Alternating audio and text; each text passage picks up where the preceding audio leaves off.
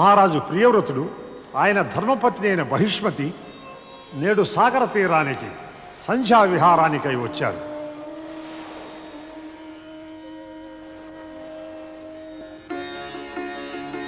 ఈ ప్రకృతి సౌందర్యాన్ని చూస్తున్నావా దేవి బహిష్మతి? ఆకాశంలోని సూర్యదేవునితో పాటు నా మనోమందిర సూర్యదేవుని కూడా చూస్తున్నాను స్వామి. ఆ సూర్యుని వలనే ఈ సూర్యుడు కూడా అనేక కార్యాలని సంపూర్తి చేయాల్సింది.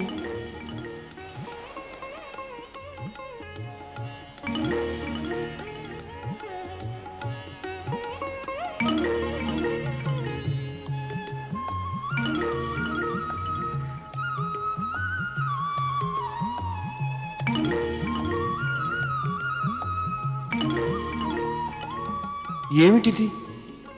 ఈ అంధకారం ఏమిటి? మరి అంధకారమే లేకుంటే రజనీ సౌందర్యం ఎలా వ్యక్తమవుతుంది? అంధకారానికి సౌందర్యానికి ఏమిటి సంబంధం? సంబంధం ఉంది స్వామి. అసలు అంధకారమే లేకుంటే సౌందర్యము ఉండేది కాదు. అంటే అంటే సౌందర్యం జన్మించేది గాఢాంధకారంలోనే కదా. నువ్వు పరిహాసం ఆడుతున్నావు దేవి. ఇది పరిహాసం కాదు, సత్యం ప్రియా. కవి దీర్ఘ అచేతనత్వంలోనే కవిత జన్మిస్తుంది. ఒక చిత్రం జన్మించేది చిత్రకారుని హృదయాంతరాళంలోనే. సమాధి జన్మ, భక్తి జన్మ, ధ్యానం జన్మ ఇవన్నీ కూడా గాఢాంధకారంలోనే అవుతాయి. ఒక బీజం మొలకెత్తేది భూమిలోని గాఢాంధకారంలో నుంచే. నువ్వు దార్శనికుల భాషని మాట్లాడుతున్నావు. ఇలాంటి మాటలు విని ఆనందం కలుగుతోంది. శ్రీమన్నారాయణ నారాయణ నారా.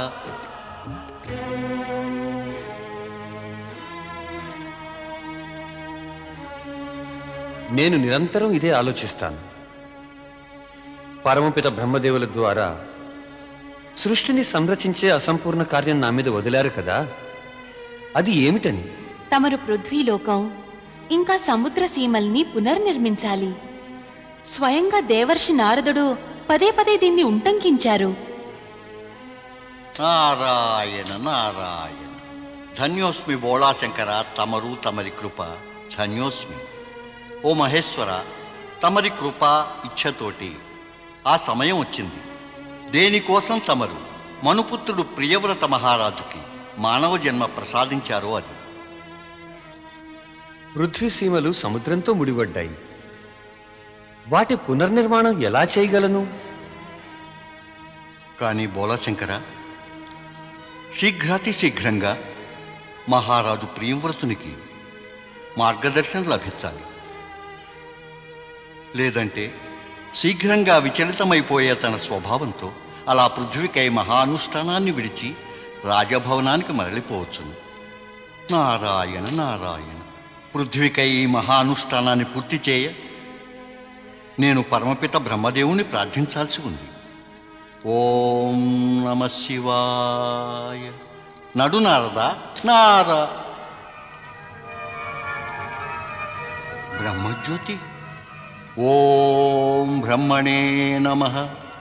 ఓం బ్రహ్మణే నమః. హే పరమపిత, ఇలా తమరు తమ మానసపుత్రుని భాగ్యాన్ని పెంపొందించడానికి జ్యోతిస్వరూప దర్శనాన్ని ప్రసాదించినప్పుడు నాపై ఇంకా కృప చూపండి. తమరు తమ సాక్షాత్ దర్శనమియ్యండి. పరమపిత. నారద, నువ్వేం చెప్పాలన్నా శీఘ్రంగా సంక్షిప్తంగా చెప్పు. మేమీ సమయాన శివాజ్ఞపై ఒక ఆవశ్యక కార్యానికే పృథ్వీలోకం వెడుతున్నాము. నారాయణ నారాయణ.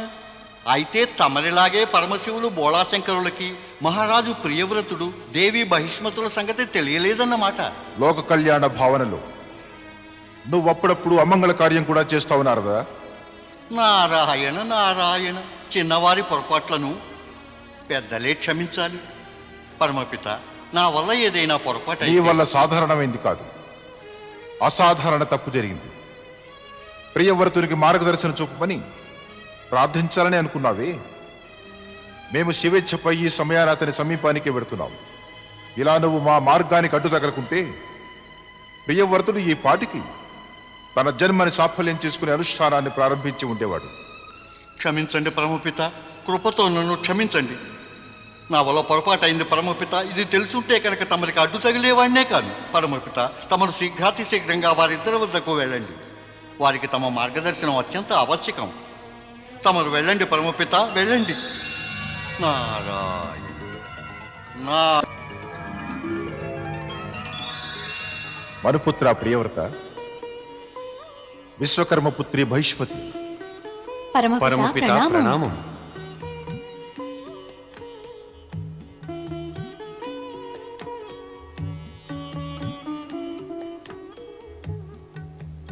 నీ చింత వ్యర్థమైంది మనుపుత్ర ప్రియవ్రత. పరమ శివశంకరుల ఇచ్ఛ అసంభవాన్ని కూడా సంభవం చేస్తుంది. నీ జీవితంలో ఇప్పుడు ఆ సమయం వచ్చింది. ఇక నీవు నీ మానవ జన్మని సార్థకం చేసుకుంటూ శివకృపతో పృథ్వీలో 7 ఖండాలని, పృథ్వీపై 7 సముద్రాలని నిర్మించు. సృష్టిని నిర్మించే సమయాన మేము ఈ పనిని నీకై విడిచి ఉంచాం. పరమపిత, వత్స ప్రియవ్రత, చెప్పు. నీ మాటని నిస్సంకోచంగా చెప్పు. నువ్వు ఏ అనుష్ఠానాన్ని ప్రారంభించబోతున్నావు అందులో శంక ఆశంకలకి ఎట్టి స్థానమూ లేదు. నీ తనువు మనస్సులని శివచరణాలకి సమర్పించుకొని నీవి అనుష్ఠానాన్ని సఫలీకృతం చేయగలవు. చెప్పు. ఈ మహద్భాగ్యం నాకే ఎందుకు పరమపిత? శివేచ్ఛతో నువ్వే ఈ మహద్భాగ్యాన్ని పొందే అధికారివి. దీని వెనుక నీ పూర్వజన్మల పుణ్యము, నీ మాతాపితల శ్రేష్ఠ ధార్మిక సంస్కారాల ప్రభావము ఉంది. ఓహో ఓహో పరమపిత, నేను ధన్యుణ్ణయ్యాను. ప్రియవ్రత, పృథ్వీకి నవ్య రూపాన్ని ఇచ్చే ఈ మహాకార్యంలో నీకు సహాయంగా నీ మార్గదర్శకులుగా దేవి బహిష్మతి పితరుడైన దేవశిల్పి విశ్వకర్మ కూడా ఉంటారు. మీరిద్దరూ భక్తి శ్రద్ధలతో దేవశిల్పి విశ్వకర్మని ప్రసన్నం చేసుకోండి. మరల మీ దర్శనం పొంది నేను ధన్యుణ్ణయ్యాను. మీ ఆజ్ఞని పాటించడం నా ధర్మము, పరమ కర్తవ్యమును. ఇంకో మాటని కూడా చెబుతున్నాను ప్రియవ్రత. సఫలత్వాన్ని సంప్రాప్తించుకోవడానికి ఉత్తమ ఉపాయం ధైర్యం. ధైర్యంతో చేసిన ఏ ప్రయత్నం ఎన్నడూ విఫలం కాబోదు. అలా నువ్వు ఈ అనుష్ఠానంలోనూ ధైర్యాన్ని తోడించుకుని ముందుకు సాగితే అవశ్యం సఫలుడివి కాగలవు. మీ ఇద్దరికీ శుభమగుగాక.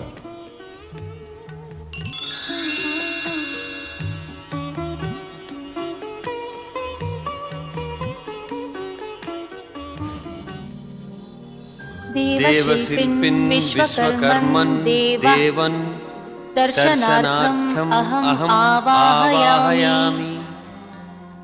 అహం ఆవాహయామి. అహం ఆవాహయామి. సామ్రాట్ ప్రియవ్రత, పుత్రి బహిష్మతి, ప్రణామం పితాశ్రీ. అకస్మాత్తుగా మీకు శ్రమ కలిగించినందుకు మమ్మల్ని క్షమించండి. అకస్మాత్తుగా కాదు, ఈ సమయానికే ప్రతీక్ష నేను ఎన్నో యుగాలుగా చేస్తున్నాను. జగదీశ్వరులు శ్రీ మహావిష్ణువు కృపతో నేడు ఆ శుభ సమయం రానే వచ్చింది. ఈయనకి తమ ఆశీర్వాదం ఇంకా సహకారాలు ఆవశ్యకం పితాశ్రీ. పుత్రి బహిష్మతి, ఏ కార్యాన్ని సృష్టి రచనాకారులు బ్రహ్మదేవులు స్వయంగా పూర్తి చేసి నీ స్వామి మా జామాతలైన ప్రియవ్రతునికి అవకాశం ప్రసాదించారో ఆయనే దానికి నిజమైన అధికారి. ఈ మహాకార్యంలో సహయోగి కావడం మాకు గౌరవప్రదమైనది. పుత్ర ప్రియవ్రత, ఆజ్ఞ పితాశ్రీ. పరమపిత బ్రహ్మదేవుల ఆజ్ఞతో మేము నీ కోసం ఒక దివ్య ఆసనాన్ని ఇంకా ఒక దివ్య ఖడ్గాన్ని నిర్మించాము. దివ్యాసనం.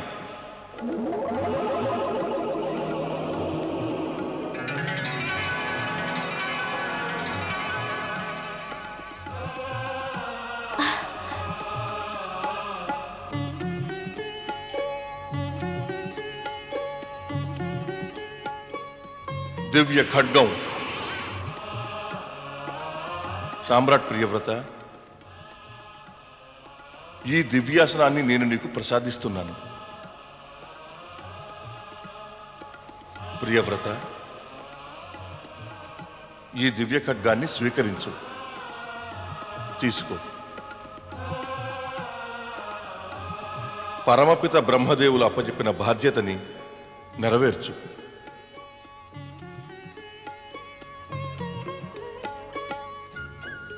ఈ దివ్యాసనంపై ఆసీనులవుతూనే మీ ఇరువురికి సంపూర్ణ పృథ్వీలోని జలము, భూమి స్పష్టంగా కనిపిస్తాయి. ఈ ఖడ్గం నుంచి వెలువడే దివ్య ప్రకాశం నీ ఇచ్ఛానుసారం పృథ్వీమాతని ఖండఖండాలు చేసేస్తుంది. అద్భుతం. ఈ కార్య సాఫల్యానికై త్రిమూర్తులు, సమస్త గ్రహ నక్షత్రాలు కృప మీకు తోడుగా ఉంటుంది. కానీ కానీ ఏంటి పితాశ్రీ?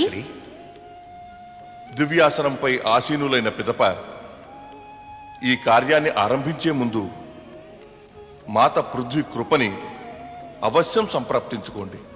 తమ ఆజ్ఞ తమ ఆజ్ఞ పితాశ్రీ. పితాశ్రీ. మీ ఇద్దరికీ శుభమగుగాక.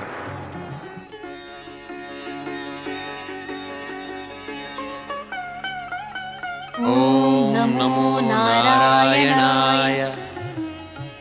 ఓం నమో నారాయణాయ. ఓం నమో నారాయణాయ. ఓం నమో నారాయణాయ.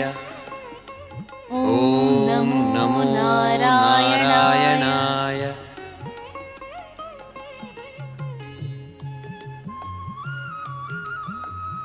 ఓ మాతా పృథ్వీ, త్రిమూర్తుల ఆజ్ఞతో మేము మీ శరీర రూప భూమిని సప్త ద్వీపఖండాలుగా, సప్త మహాసాగరాలుగా పరివర్తన చేయబోతున్నాము. మాత హృదయంలో మమత నివాసం ఉంటుంది పృథ్వీమాత. మా ఈ కార్యంలో భూమికి సాగరానికి మధ్య నవీన సంబంధం ఏర్పడుతుంది. మానవ జీవితం ఇంకా సుగమం అవుతుంది.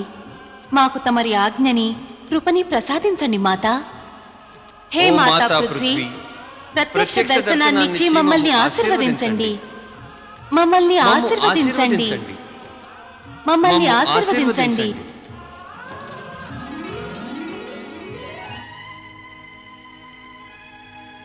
నారాయణ నారాయణ. పరమపిత బ్రహ్మదేవులు మహారాజు ప్రియవ్రతుని విచలితమయ్యే స్వభావాన్ని మాటి మాటికి తెలియచేశారు. స్వయంగా నేను కూడా ప్రియవ్రతుని స్వభావాన్ని ఎరుగుతుంది. ఇతని స్వభావం విచలితమయ్యే లోపలే ఈ పృథ్వీ మహానుష్ఠానాన్ని త్యజించడానికి ముందే నేనే శీఘ్రంగా దేవి పృథ్వీ సమక్షానికి వెళ్ళాలి. వెంటనే ఆమెను ప్రేరేపించాలి. ఓం నమః శివాయ. ఓం నమః శివాయ. ఓం నమః శివాయ. ఓం నమః శివాయ. ఓం నమః శివాయ. నారాయణ నారాయణ. ఓం పృథ్వీదేవై నమః. ప్రణామం మాత. పృథ్వీదేవై నమః. ఓం పృథ్వీదేవై నమః. మాత, తమరికి పృథ్వీ సామ్రాట్టు మహారాజు ప్రియవ్రతుని, ఆయన ధర్మపత్ని దేవి బహిష్మతుల పిలుపు తమకు వినరాలేదా? దేవర్షి, నేను ఇప్పుడిప్పుడే ప్రియవ్రతుడు బహిష్మతుల పిలుపుని విన్నాను. నారాయణ నారాయణ. అయితే మాత, వారి పిలుపు విన్న తరువాత కూడా వారికి సమాధానం ఇవ్వడం తమకి ఇష్టం లేదా? మాత, ఈ వినమ్ర నివేదనతోనే తమ సముఖంలో ఉపస్థితుడనయ్యాను. తమరు శీఘ్రాతిశీఘ్రమే మనుపుత్రుడు మహారాజు ప్రియవ్రతుడి పిలుపుకు బదులుయండి. ఆయన స్వభావం శీఘ్రంగా విచలితమవుతుంది. మాత, ఆయన శీఘ్రంగా విచలితమయ్యే స్వభావం కారణంగా అతను పృథ్వీ సంరచన అనే ఈ మహానుష్ఠానం త్యజిస్తే అనర్థం జరుగుతుంది మాత, అనర్థం జరుగుతుంది. తమరేమంటున్నారు దేవర్షి? ఈ అనుష్ఠానం సృష్టి సంరచన సమయాన్ని మనుపుత్రుడు ప్రియవ్రతుని మహద్భాగ్య రేఖలో లిఖించబడింది. మాత ఈ సమయాన్ని తమరు మహారాజు ప్రియవ్రతుడు బహిష్మతుల పిలుపుకు బదులివ్వటానికి ఒక్క క్షణం కూడా విలంబన చేయరాదు. ఓం పృథ్వీదేవై నమః. ఓం పృథ్వీదేవై నమః. తమరు సరిగ్గా చెప్పారు దేవర్షి. నేనిక విలంబన చేయరాదు. ఇదే శివేచ్ఛ. ఓం నమః శివాయ. నారాయణ నారాయణ.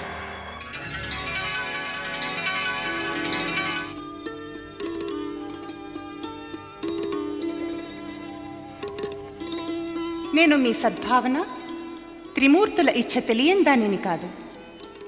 మీ ఈ కార్యంతో పృథ్వీవాసులకి శుభం కలుగుతుంది. ఇంకా నిశ్చిత సమయం ప్రకారంగా పృథ్వీలోని ప్రతి ఖండానికి సూర్యదేవుని ప్రకాశం లభిస్తూ ఉంటుంది. మమ్మల్ని మమ్మల్ని ఆశీర్వదించండి ఆశీర్వదించండి మాత. మాత. నా ఆశీర్వాదాలు మీకు తోడుగా ఉంటాయి. నా ఇచ్ఛామాత్రంగానే దేవశిల్పి విశ్వకర్మచే నిర్మించబడిన నీ ఈ దివ్యాసనం భూమి ఆకర్షణ నుంచి విముక్తమై గాలిలో నిలుస్తుంది. ఆ సూర్యదేవుని రథగతి మాదిరిగా ఈ దివ్యాసనం గతిని ఏర్పరచుకుంటుంది. దాంతో మీ కార్యం ఇంకా అధిక సరళమవుతుంది. తమరి కృపని పొంది మేము ధన్యులమయ్యాం పృథ్వీమాత. పృథ్వీమాత. మీ ఇరువురి మనోరథం సిద్ధించుగాక.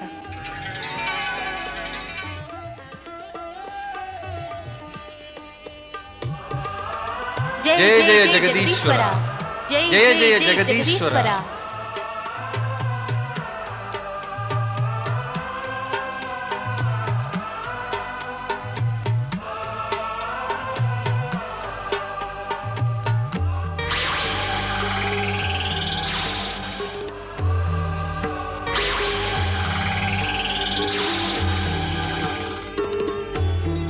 విశ్వకర్మ ద్వారా ప్రసాదించబడిన దివ్యాసనపై ప్రియవ్రతుడు ఒక్కొక్కటిగా 7 స్థానాలలో దివ్యాస్త్రాన్ని ప్రయోగించాడు.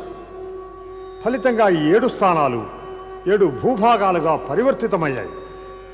ఇంకా ఇదే విధంగా 7 మహాసాగరాలు నిర్మించబడ్డాయి.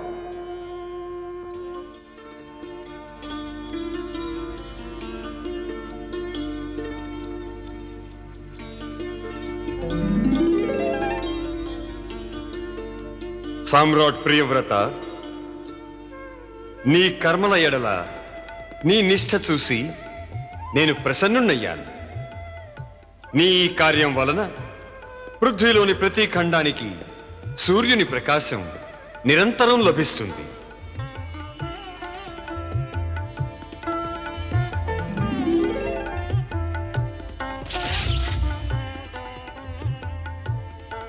ప్రియవ్రత, బహిష్మతి, మా త్రిమూర్తులతో సహా పృథ్వీ పునర్నిర్మాణ కార్యక్రమంలో మీ ఇరువురి నామం సదా అమరమవుగాకు.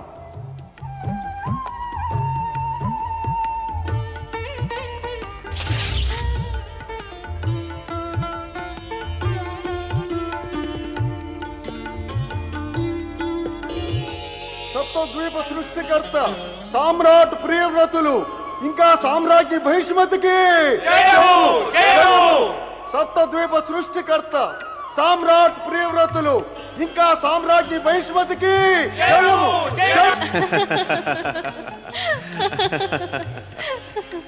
నేడు నాకు అత్యధిక ఆనందంగా ఉంది. త్రిమూర్తుల కృప, మన పూర్వీకుల ఆశీర్వాదంతో నా జీవితంలో గొప్ప లక్ష్యం నేడు నెరవేరింది. నిజమేమిటంటే దేవి, ఇలా మాత్రం అనకండి. తమరి ఈ సాఫల్యానికి కారణం నేనేనని. నేను కేవలం నా స్వామికి సహచారిణిగా నా కర్తవ్యాన్ని నిర్వర్తించాను. కానీ నేడు ఒక రహస్యం బోధపడింది నాకు. ఏ రహస్యం ప్రియా? ఇదే, త్రిమూర్తులు ఇంకా దేవర్షి నారదుడు తమరి తపస్సును విరవింపచేసేందుకు అంత వ్యధ ఎందుకు పడ్డారో. అవును దేవి, నా వలన సృష్టి సంరచన కార్యాన్ని పూర్తి చేయించడానికే వారు వ్యధ చెందారు. నేడు నాకు అనిపిస్తోంది, సమయానికి ముందే అలా తపస్సు కని వానప్రస్థానికి వెళ్ళాలన్న నా నిర్ణయం ఎంత పొరపాటు. మన పొరపాటుని తెలియజేసిన గొప్పతనం దేవర్షి నారదునిదే. నారాయణ నారాయణ నారాయణ శ్రీమన్నారాయణ నారాయణ నారాయణ.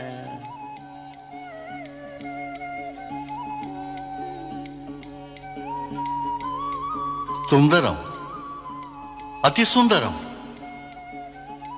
పరమశివ, తమరి కృపతో దేవి పృథ్వీ మహారాజు ప్రియంవ్రతుని పరాక్రమంతో కొత్త రూపాన్ని పొందడంలో సఫలమైంది. ధన్యోస్మి పరమశివ, ధన్యోస్మి. ఇప్పుడు పృథ్వీవాసులకు నిర్ధారిత సమయసీమల్లో సూర్యుని ప్రకాశం కర్మకై వారికి ప్రేరణనిస్తే ఇక రాత్రి అంధకారం ఇంకా వారికి విశ్రాంతి సమయాన్ని ప్రసాదింపజేస్తుంది. నారాయణ నారాయణ. ఇక రాత్రిపూట విశ్రాంతి పృథ్వీవాసులకు నవచైతన్యాన్నిచ్చి ప్రకాశాన్ని నింపుతుంది. ధన్యోస్మి మహాదేవ, తమరికి జయము. పరమశివ, తమరికి జయము.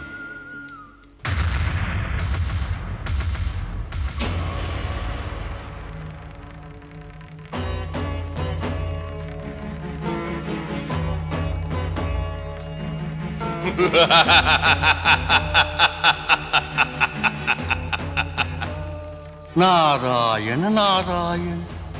ఏం చూస్తున్నావు శనిదేవా? ఇప్పుడు నేను చూస్తున్నటువంటిది ఏం నీవు చూడట్లేదా? నేను చూస్తున్నాను శనిదేవా.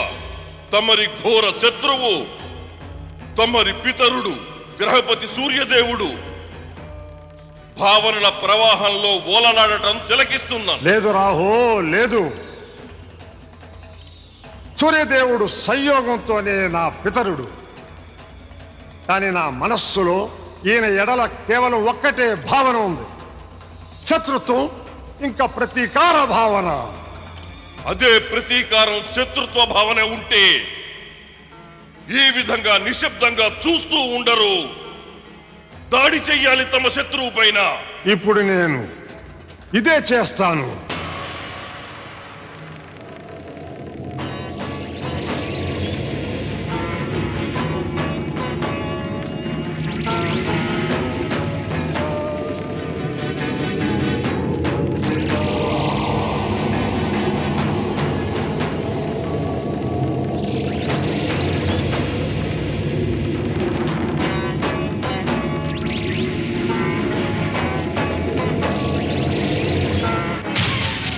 ఆనాడు అవమానింపబడి దండింపబడినప్పటికీ నువ్వు నీ అశుభ నల్ల ఛాయని నాపై ప్రయోగించ తిరిగి వచ్చావా? సూర్యదేవా, జాగ్రత్త! ఇంకొక మాటన్నా పరిణామం భయానకంగా ఉంటుంది. రాహు లాంటి కుటిలుడు, అతి వంచక మిత్రులు నీ బుద్ధిని భ్రష్టు పట్టించారు. నేడు నేనింకా నా భయానక చెడు దృష్టితో నీ తేజాన్ని శాశ్వతంగా ఇప్పుడే ఖండించి వేస్తాను. నువ్వు గనక నా ప్రశ్నకి సమాధానం ఇయ్యకపోతే. పుత్రుడని చెప్పుకోవడానికి నాకు బాధగా ఉంది శని. నువ్వు పుత్రుడు అని చెప్పడానికి అధికారాన్ని కోల్పోయావు. అలాగే నిన్ను పితరుని చెప్పుకుంటే నా ముఖం సిగ్గుతో వాలిపోతుంది. చెప్పు సూర్యదేవా, ఇంకా నా ప్రియమాత అయిన దేవి ఛాయని నువ్వు ఎక్కడ దాచించావు? నీ మాత ఛాయ ఇప్పుడు ఈ లోకంలో లేదు. ఆమె అస్తిత్వం సమాప్తమైపోయింది. ఇది నువ్వు ముందు కూడా నాకు ఎన్నో మార్లు చెప్పావు. కానీ నేను ఇది తెలుసుకోవాల్సిందే సూర్యదేవా. నువ్వు నా ప్రియమాత అయిన ఛాయని ఎందుకు వధించావు? నన్ను మాతృహీనుడిగా ఎందుకు చేశావు? ఎందుకు? నేను నీకు ముందు కూడా ఎన్నో మార్లు చెప్పాను, నువ్వు మాతృహీనుడివి కాదు. దేవి సంజ్ఞలోనే నీ మాత ఛాయ యొక్క అంశ కలిసిపోయింది. ఈ కారణంగానే నువ్వు ఈ వైరభావాన్ని త్యజించి మమ్ము పితరునిగా, దేవీ సంజ్ఞని నీ మాతగా గౌరవించడమే మంచిది. నువ్వు గౌరవానికి యోగ్యుడివి కాదు, నువ్వు నా చెడు దృష్టికే యోగ్యుడివి సూర్య. నేడు నేను నీ తేజాన్ని వైభవాన్ని సమాప్తం చేసి తీరుతాను. అసత్యవాది పత్ని అంత కూడా శని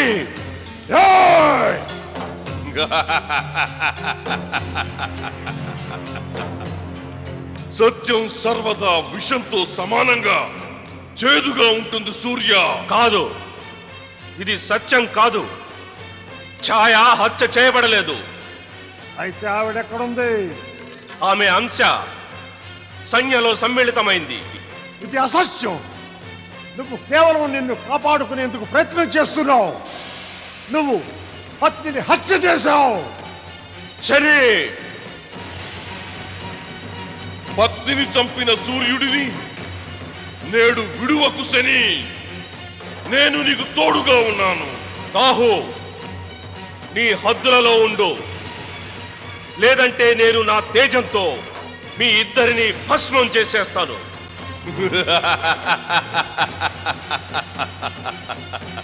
నేను మాటి మాటికి నీకు గ్రహణంలా పడతాను. నువ్వు నిస్తేజంగా ఉండిపోతావు. అదే నీలో శక్తి ఉండి ఉంటే నన్ను ఎప్పుడో భస్మం చేసి ఉండేవాడివి. శనిదేవా, ఇలాంటి అవకాశం మళ్ళీ మళ్ళీ రాదు. మనం మన ఇద్దరి శక్తి చెడు దృష్టితో నేడు సూర్యుని అంతం చేసి విష్ణు జగతిలో అంధకారాన్ని నింపుదాం. అవశ్యం రాహు. ఇప్పుడు ఈ దుష్ట వంచకుడికి దండన విధించడమే ఉచితం. శని,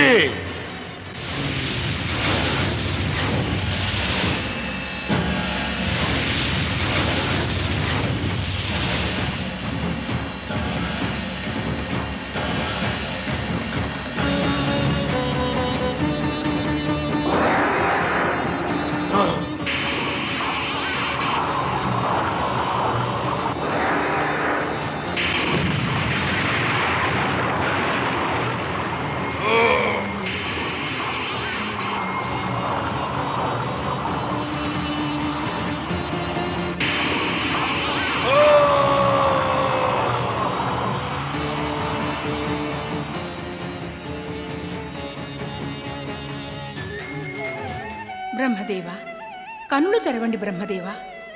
తమరి ధ్యానానికి విరామం ఇయ్యండి. సూర్యుడికి శనికి మధ్య శత్రుత్వాన్ని చూస్తుంటే నా మనసులో ఒకదాని తర్వాత ఇంకొక ప్రశ్న పుడుతోంది. నా ప్రశ్నలకు సమాధానం ఇయ్యండి స్వామి.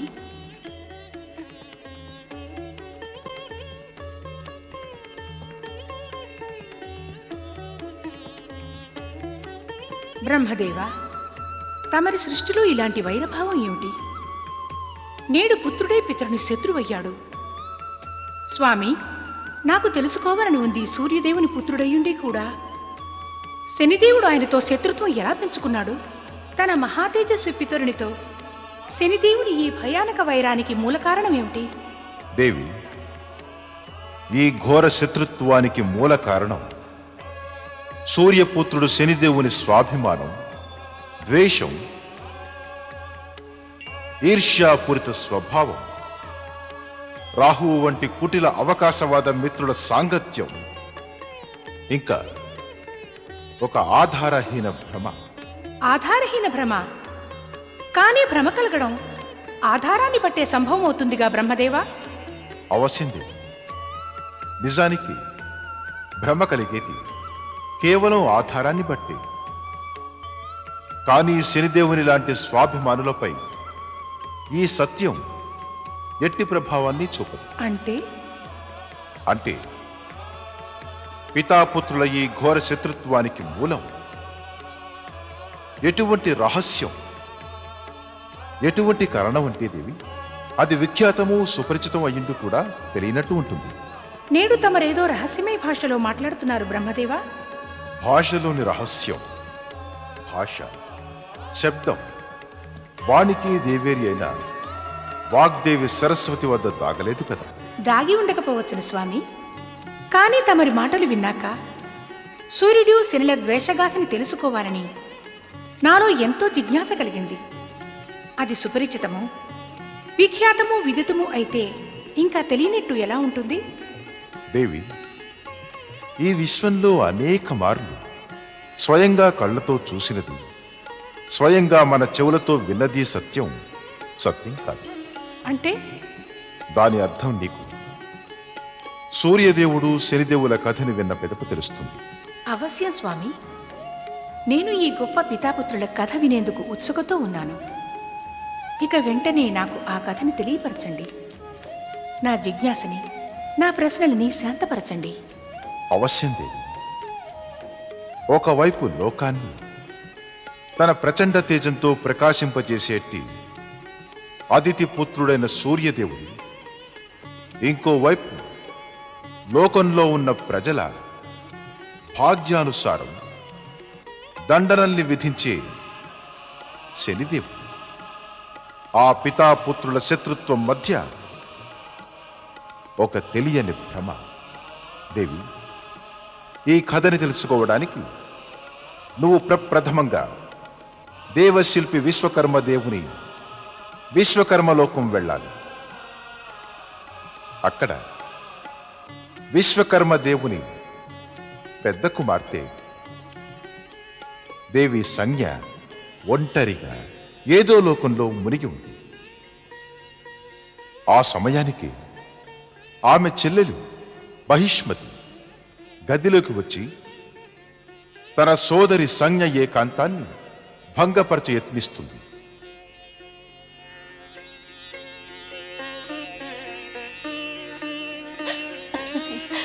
బహిష్మతి, నువ్వా? ఏంటి ఆలోచిస్తున్నావు అక్క? ఏం లేదు. నేను సంజ్ఞ అక్కకి చెల్లెలనైన బహిష్మతిని. మా అక్క మనసులోని ప్రతి విషయం తెలుసు నాకు. మా అక్క కూడా తన మనసులోని మాటని నా ఒక్కరికే చెబుతుంది. కానీ ఎందుచేతనో నేడు అక్క నన్ను పరాయిదనుకుంటోంది. రహస్య విషయం ఏం కాదు బహిష్మతి. ఈ సమయాన్ని నన్ను ఒంటరిగా వదిలి. అసంభవం. మరి నేను బాధగా ఉంటే మా అక్క సంజ్ఞ ఒంటరిగా వదులుతుందా నన్ను?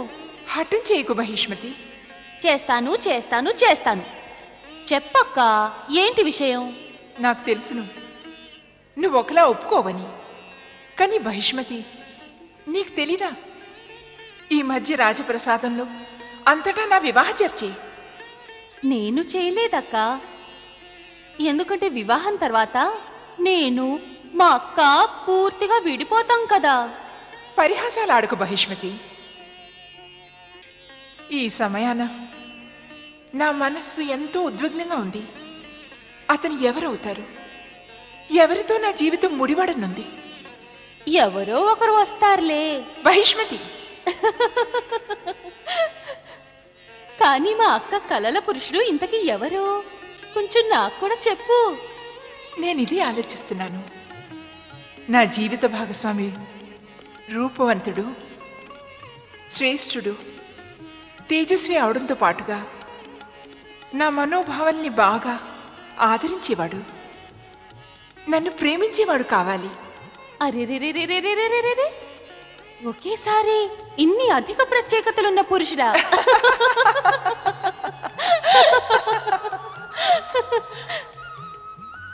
సంధ్యకి స్వప్నాల రాకుమారుడు ఎక్కడ లభిస్తాడు? దేవి విషుమతి, పరమపిత బ్రహ్మదేవుల లిఖితంలో ప్రతికన్య భాగ్యము సునిశ్చితమవుతుంది. మన పుత్రిక సంజ్ఞ కోరే స్వప్నాల రాకుమారుడు కూడా ఎక్కడో మనకై ప్రతీక్షిస్తూ ఉంటాడు. పిమ్మట ఏమైంది బ్రహ్మదేవా? ఆ దేవి సంధ్యకి తన కలల రాజకుమారుడు లభించాడా? దేవశిల్పి విశ్వకర్మ దేవి విషుమతుల ప్రతీక్ష సమాప్తమైందా? తమరు తమ లిఖితంలో దేవి సంజ్ఞకై ఆమె యొక్క ఇచ్ఛానుసారమే భాగ్యాన్ని నిశ్చయించారా? ఒకేసారి ఎన్ని ప్రశ్నలు ఏ మాటని సూచిస్తున్నాయంటే నీవీ కథలో రోమాంచకంగా లీనమయ్యావని. ఇది నా ప్రశ్నలకు బదులు కాదు బ్రహ్మదేవా. దేవి, నీ ప్రశ్నలకు బదులుగా మేము కేవలం చెప్పేది ఏమిటంటే, అవును, సంజ్ఞ కలల రాకుమారుడు మొదటే మా ఉల్లేఖనలో లిఖించబడ్డాడు. విశ్వకర్మ దేవి విషుమతుల చెంతని అంతం చెయ్యడానికి మేము విశ్వకర్మ లోకం వెళ్ళాము. మేము విశ్వకర్మ దేవి విషుమతికి ఆదిత్యపుత్రుడైన సూర్యదేవుని గురించి తెలియచేసి, ఆదిత్యపుత్రుడు సూర్యదేవుడు సంజ్ఞకి పతి అవుతాడని, వారిద్దరినీ అతనిని ప్రసన్నుణ్ణి చేసుకోమన్నా. మా మాటని మన్నించి వారిద్దరూ నదీ తీరానికి వెళ్ళి సూర్యదేవారాధన ఆరంభించారు.